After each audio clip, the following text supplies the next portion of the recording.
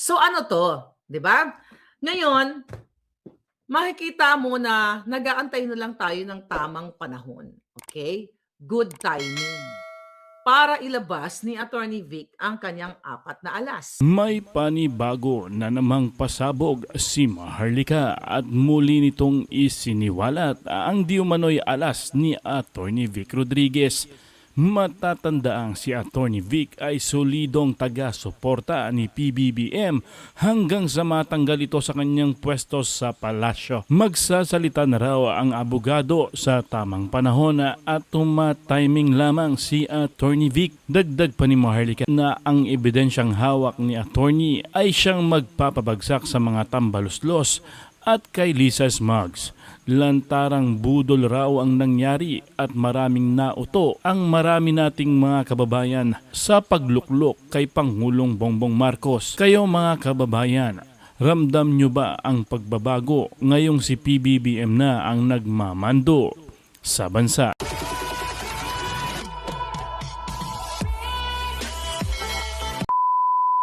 Alright? Ayan, 3 days ago. So ayon kay Attorney Vic, sa kanyang reposting na nagva-viral na at this point in time ay nasa 8,300 shares and 1.5 million views na. Tingnan natin. Yeah. 1.5 million views. Sabi ni Attorney Vic Rodriguez, okay, ayan yung mga palangga. Sabi ni Marilo Picon, I noticed that Attorney Vic sa speech ni PRRD. Okay. Sabi ni Attorney Vic, kasama ako sa pagtindig ni dating Pangulong Duterte at panawagan sa lahat ng Pilipino na kalampagin ang Commission on Audit or the COA na magsasagawa ng isang buo, patas, bukas at makatotohanang audit kung paano ginastos ang pera na nagmula sa kaban ng bayan. Okay? Kaban nating bansa. Simula na ang pag-audit sa tanggapan ng House Speaker Martin Romualdez. Hands off on public funds. Okay? Actually, may bigat ang binitawang salita ni Attorney Vic Rodriguez. And also, kabablog lang ni Coco 3 hours ago, I think, si aking BFF, aking baby girl na si Sas Rogando Sasot, na kung saan tinalakay niya, hinimay niya, na pwede namang i-detalye o i-audit o ipakita sa taong bayan ang mga ginastos ng mga kongresista. Okay? Not only that, ang mga mafia sa Malacanang. Kinumpara pa nga ni baby girl Sasot. Okay? May history kasi yan palangga kung bakit ko siya tinatawag na baby girl. Of course, mas bata siya sa akin, kaya baby girl ko siya. Okay. So, ikinumpara niya ang auditing dito sa House of Representatives dito sa Amerika at doon ipinakita niya sa kanyang vlog na ultimong maliliit Uber, taxi, mga pang soda or anything na mga meals, 'di ba, na maliliit na amount ay recorded sa House of Representatives ng Amerika. At sinasabi nga ni Sas doon na itong sila Martin Romualdez na mahal na mahal ang Amerika, bakit hindi tularan ang sistema sa politika or sa US government? At lagi nating sinasabi yan. Hindi man about expenditures ang sinasabi ko, but like kong sinasabi, bakit hindi nyo gayahin o tularan not only the US but iba't ibang bansa na maganda yung sistema nila sa government. Okay, balik tayo kay Atty. Vic. And thank you, Sas, kasi marami na tayo nagigising. Tama, napapaos yata ako ngayong araw na to. So, marami na tayo talagang mga nabudol na nag-speak up. At isa sa pinaka-core, pinaka-close, pinakadikit ni Bongbong Marcos, ni Kuting ng Norte, si Attorney Vic Rodriguez. Okay, balikan natin si Attorney Vic. Sino ba si Attorney Vic Rodriguez? 'Di ba? During the campaign, kasama natin siya, spokesperson ni Kuting, Chief of Staff, laging tagapagtanggol sa kanyang mga binabato sa kanya ng mainstream media. Okay? Kasama natin, hinangaan natin si Attorney Vic na matalinong abogado, malumanay, magaling, maayos ang kanyang pagkakamada ng kanyang mga statement, which is totoo naman. Then ano ang nangyari dyan? Nung nanalo na si Kuting ng Norte, na pinaka-ungrateful, at si Lisa Ahas Marcos Araneta, pinaka-ungrateful na mga nilalang na mga maitim ang puso sa buong mundo na nakilala ko, di ba? Ay tinira kaagad nila ng patraydor si Attorney Vic. Okay? So itinalaga ni Kuting ng Norte si Attorney Vic bilang Executive Secretary. So ano ang nangyari? Nagtantrum si Lisa Ahas Araneta Smugs and even si Dark Choco, yung asawa ni Don Solueta, si Lagdameo, si Anton Lagdameo, di ba nagtantrum sila dyan dahil doon sa appointment ni Pastrana. Supposedly, yung appointment ni Chit Pastrana sa Philippine Ports Authority at naging kasabwat at ginamit ni Lisa Ahas Araneta Marcos ang isang busabos na vlogger na si Taning, okay? Or si Ray Joseph Nieto na niyayakap na ni Aida ngayon at I hope yakapin siya ng maigpit ng bonggang-bongga silang lahat, ay sinira at tinira nila si Attorney Vic Rodriguez na ito daw ang naudlot na pag-appoint dito kay Pastrana sa PPA ay mayroong conflict of interest dahil ang business partner ni Pastrana na si Dennis Trajano ay ang asawa daw nito ay kapatid, okay, ng kapatid, okay, ng sister, okay, ng executive secretary's wife. Okay, kapatid ng kanyang asawa ni Attorney Vic.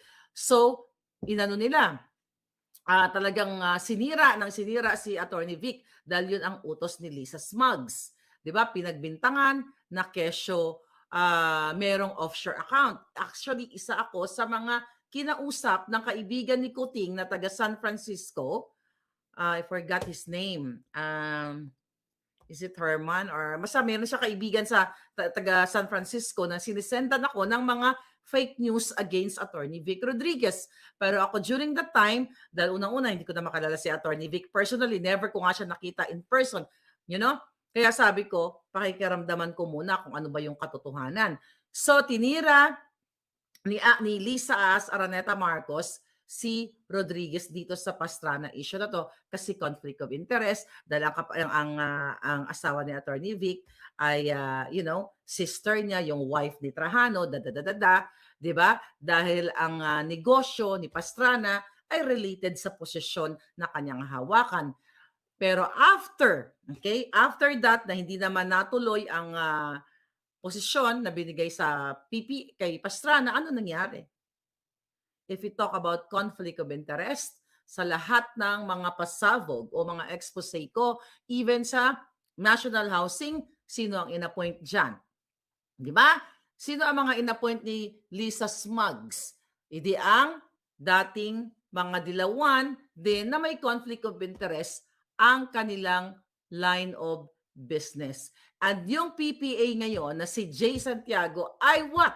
May 4 na bonggang-bonggang mala Beverly Hills na bahay na binili in less than a year na namumuno dyan sa PPA at sa administrasyon ni Kuting ng Norte. Ngayon mga palaga, ano ang issue dito? Diba? Pinagtulungan nila si Rodriguez. Okay? Binato ng issue ng conflict of interest. Pero ang totoo, ang hindi alam ng taong bayan, nung time na talagang pinapili ni Lisa Smugs ang kanyang asawang under the sayang walang yagbols, pinapili, kumbaga, tinorture ni Lisa ang utak ni Kuting na wala namang sariling paninindigan talaga, natanggalin si Attorney Vic Rodriguez kaya nagwagi ang ahas. Di ba?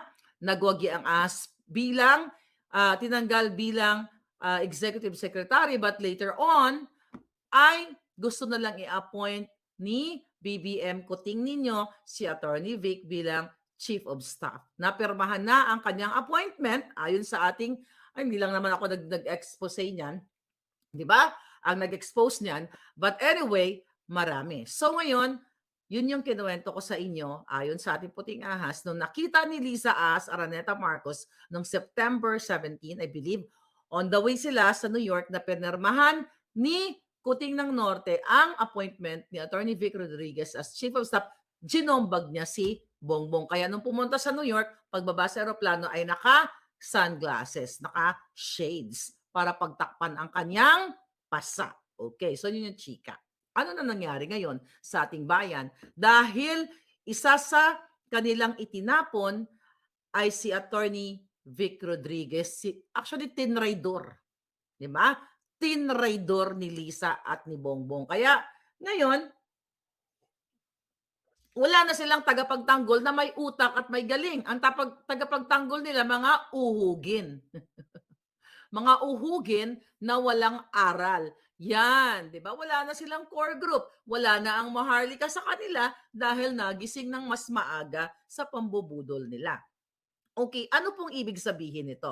Okay? Sa nangyayari ngayon sa pag-aayon o pagsang-ayon ni Attorney Vic kay Pangulong Duterte sa kanyang statement na dapat talagang busisiin o ipakita ang transparency, i-audit itong mga jejemon na mga kongresista at mga senador o yung mga taong nasa gobyerno. Isa po itong malaking hudyat na nasa panig natin si Attorney Vic Rodriguez at naniniwala ako na hawak niya ang alas. Hindi lang isang alas, 4 na alas. Alright?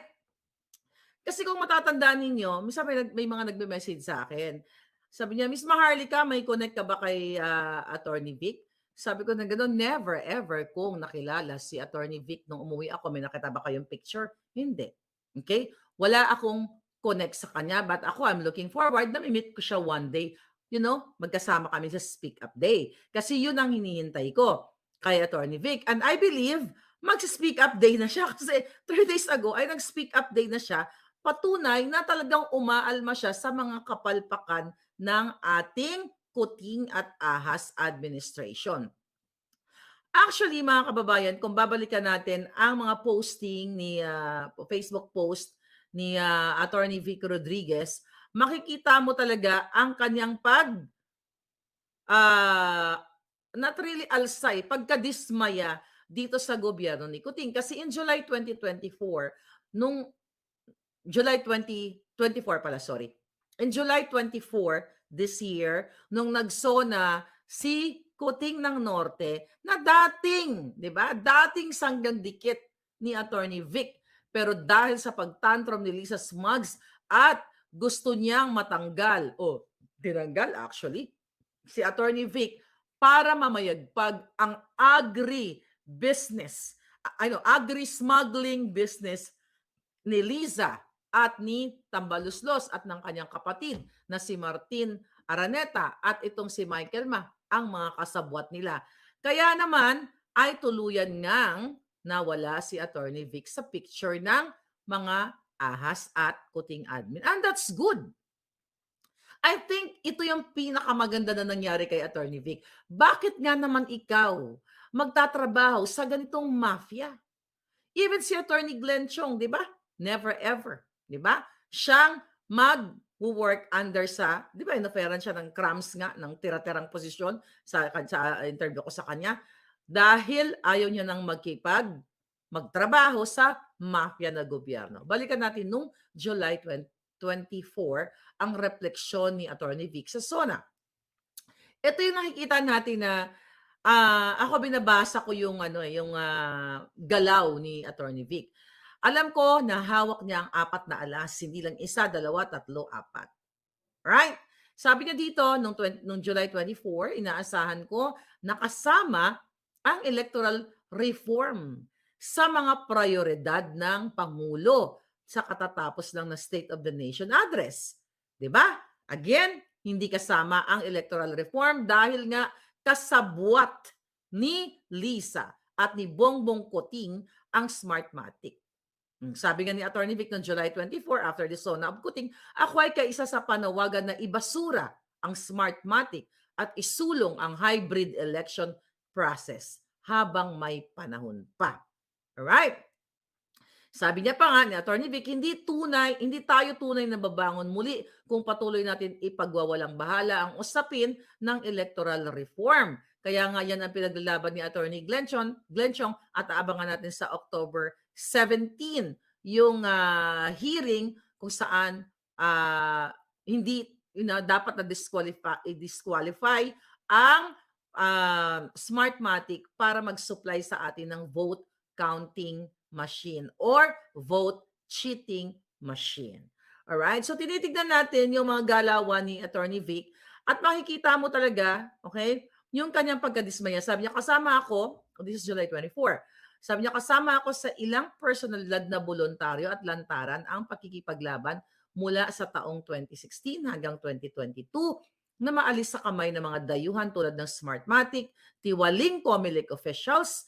Sabi niya, mapagsamantalang politiko at ilang pamilya ang pagpili ng ating mga susunod na mamumuno na siyang huhulma sa kinabukasan ng ating bansa. Okay, isa yan sa mga binitawan ni Attorney Vic Rodriguez.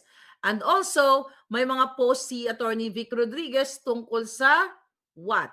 Dito sa issue noon sa Love the Philippines na kung saan ay gumamit ng stock footage ang gobyerno. Actually, marami pang mga mapapansin mo na talagang dismayado si Attorney Vic Rodriguez sa kanyang dating kaibigan or boss na si Kuting. Kakaloka, di ba? May 11 of this year, nagsimula si Attorney Vic nakipag-meet up sa mga Bongbong Marcos o BBM supporters na akala nitong mga BBM supporters na to ay talagang para sa pagbangon o sa pagbago. So anyway, tingnan ko yung kanyang mga Facebook post. Meron pa nga siyang baliktanaw.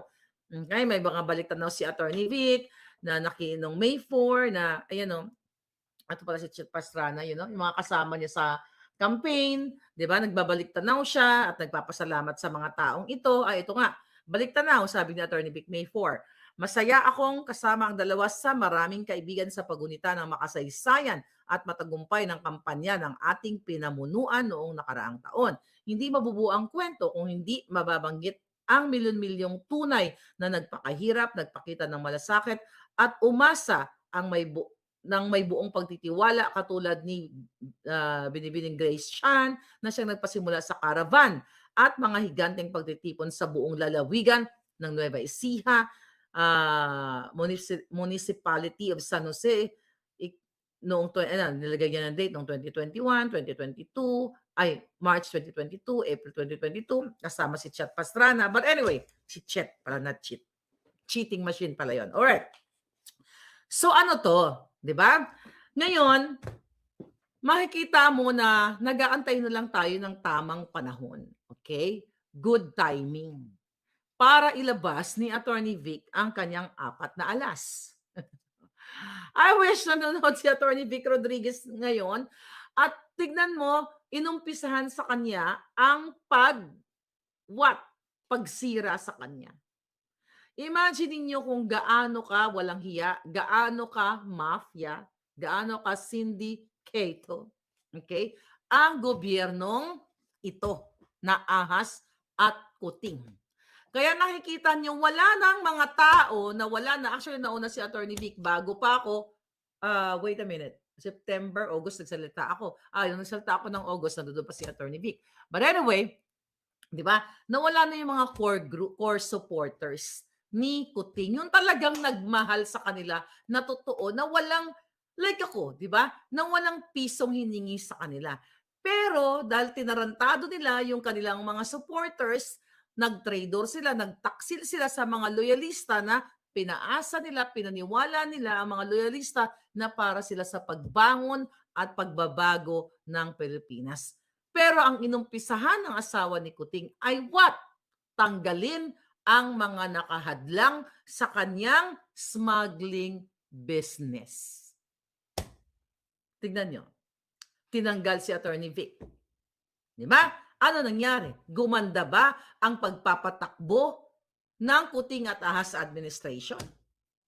Si Vic Rodriguez ang sagot sa mga binabatong kontrobersya dito kay Kuting. At naniniwala ako na isa siya sa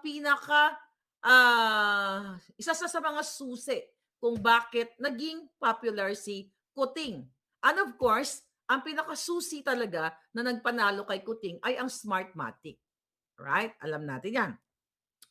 But now, sabi ko nga, nung nagsalita ang isang Fair Lady Maharlika, mag-isa pa lang ako na walang inindang sibat na babato sa akin dahil wala naman akong kinatatakutan sa gobyernong Kuting at Ahas dahil hindi naman ako natatakot na kapag ako ay nag-expose ng kawalang hiyaan nila, ay magugutom ako. Kaya nga I started exposing sa lahat ng mga katarantaduhan ni Lisa Smugs ng babaeng ahas noong Agosto. Okay? Kaya sa nangyayari ngayon, di ba, panalo ang bayan ngayon. Hindi pa lubos na panalo, pero nagbubunga nga ang ating mga pasabog dito. Imagine niyo, sabi ko nga, ang isang former executive secretary at kasama nila, di ba, kasama, halos araw-araw for sure, magkasama ni Kuting si Attorney Vic. You know, nag-meeting, di ba, kung paano sagutin yung mga nagbabash sa kanya o naninira na mga mainstream media during the time. Pero sa isang iglap lang, nung nanalo sila, ay tinapon nila ang kanilang mga core supporters kasi feeling nila forever sila dyan sa pwesto. At akala nila hindi lalabas ang mga baho ni Kuting at ni Lisa na pangangamkam, na pakikipagnegosyo sa mga smugglers, pakikipagnegosyo o paniningil sa mga posisyon, payola, bribe, at lahat ng katiwalian. Sabi pa nga ng alaga ni Lisa Smugs na naglilimahid sa kagutuman dahil isang scammer na si Taning, tanggalin lang daw si Attorney Vic at maging okay na ang administrasyon. Tinanggal na si Attorney Vic at marami pang mga na-road tag. Ano yung road tag? Yung mga in-appoint during sa time ni Attorney Vic, di ba? Pinag-initan niya, na-vlog ko na yan, pinag-initan ni Lisa Ahas yan. Ano nangyari? Nag-20 pesos ba ang bigas? Nagmura ba ang mga bilihin? Hindi ba, wala bang mga smugglers? Lalong nagyabong. And yung Philippine Ports Authority, okay, yung Philippine Ports Authority na posisyon, okay, na supposedly nitong si Pastrana na ibinigay kay Jay Santiago, ano nangyari? Kurakot pa sa pinakakurakot. Pinakita ko na sa inyo ang kanyang 4 na mala Beverly Hills na bahay. See? The reason why talagang ang intensyon ni Lisa Ahas Araneta Marcos, aka Pulboron, Bigaon, okay, para tanggalin si Vic at mamayagpag ang kanyang pangangamkam. At siya pala ang magdideposito ng hindi lang 100 million na binabato nila kay Rodriguez, kundi multi-billion, okay, na itatransport nila o tinransport na nga sa kanilang offshore account. See, nakita niyo na ngayon. So ngayon, bonggang-bongga ang Facebook ni Attorney Vic at nabubuhay. Sana, Attorney Vic Rodriguez, tuloy-tuloy ang iyong pagkukuda, okay? Paglilitanya. Kasi, 'di ba, hindi na lang ako ngayon. May Vic Rodriguez, may Pangulong Duterte at itong dalawang taong ito ay they are credible. 'Di ba? Credible ito. Dating kasama ni Kuting at ako I believe, I hope, 'di ba? Sa tamang panahon ay ilabas ni Attorney Vic ang 4 na alas. For sure na sa kanyang 4 na alas. Hindi natin alam, baka kay Digong ang Pulboron video o na kay Amy. Hindi rin natin alam, baka si Senator Amy ang magpasabog ng Pulboron, but I doubt it. Hmm. 'Di ba? Kasi ang ayon sa ating puting ahas, gigil na raw si Amy Marcos sa mga Romualdez at sa mga Araneta dahil napapahamak ang kanyang kapatid. Pero sa akin naman, hindi naman sinto-sinto ang kanyang kapatid para magpapaniwala sa mga sulsol ni Lisa Smugs. Well, what do you expect? Tatamad-tamad nga si Kuting, 'di ba? Umaasa lang siya sa script. So definitely, tatangu-tango lang siya talaga sa mga Romualdez at Araneta. Mm.